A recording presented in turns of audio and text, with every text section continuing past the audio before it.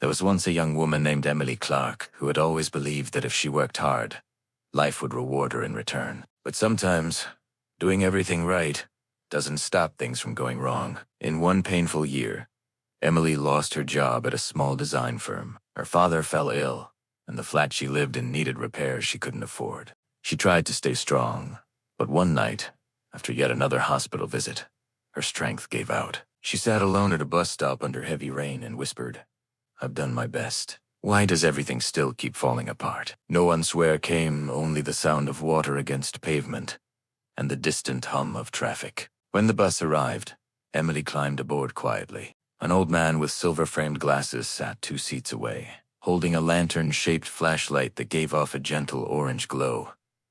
He caught her damp eyes, smiled, and said softly, "Long day." Emily nodded, more like a long year. "Ah," he said, looking out the window, "the kind of year that tests your courage." Something in his voice felt steady, like an anchor. When the bus stopped near the park, the man stood up, but then turned back toward her. "Sometimes," he said, "when the lights around us fade, life wants us to learn to carry one of our own." He handed her the small flashlight. "Keep this. You look like someone who'll need it for a while." Before Emily could respond, he was gone, walking into the rain with surprising calm. She looked down. The device was old, but working, its beams soft and warm. She almost smiled. The next morning, her father's condition worsened. Emily felt fear crawl back into her chest. During the hospital elevator ride, the flashlight clattered out of her bag and rolled to the feet of a nurse. The nurse picked it up, smiled, and said, "You can't keep dropping your light like that." It was said playfully, but those words stuck in Emily's mind all day.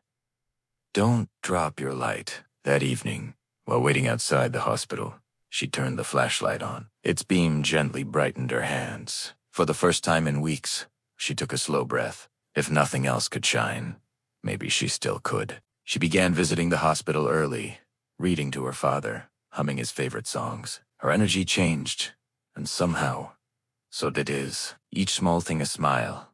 A joke brought light into rooms otherwise heavy with worry. Weeks later, Emily got a call from her former colleague, Peter. He told her their old manager was starting a new design studio and looking for reliable designers. "I told him you're still the most hopeful person I know," he said. Emily laughed softly. "Hopeful? That's generous." But she went to the meeting anyway. At Teofi, she noticed a motivational quote framed near the entrance. "Courage Dosen, to remove fear." It walks beside it. She took it as a sign. Though her hands shook with anxiety, she presented her portfolio to the new manager. He listened patiently, then smiled. "You've grown," he said. "Anyone who keeps learning through dark times is worth hiring." Emily walked out with a new job contract and tears in her eyes. Not because everything was fixed, but because she realized courage isn't the same as waiting for fear to disappear. It's moving forward, even when it's still there. A few months later, when her father came home healthier and her life began to settle, Emily returned to that same bus stop one evening. She waited, flashlight in hand, almost hoping to see the old man again. He didn't appear. Instead, a young student sat nearby, clearly upset, his head in his hands. Without thinking too much, Emily turned on the flashlight and placed it next to him. He looked at her, confused. "It helps," she said. "Sometimes you just need a little light to remind you not to give up." He smiled weakly and thanked her. She left before he could return it. As she walked away, her heart felt light, as if the hope she had carried finally learned how to multiply. Hope doesn't erase darkness. It teaches us to see through it.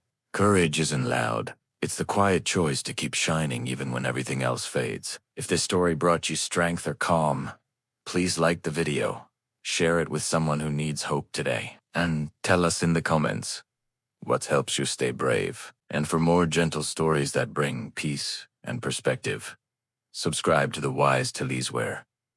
Every story lights a candle in the dark.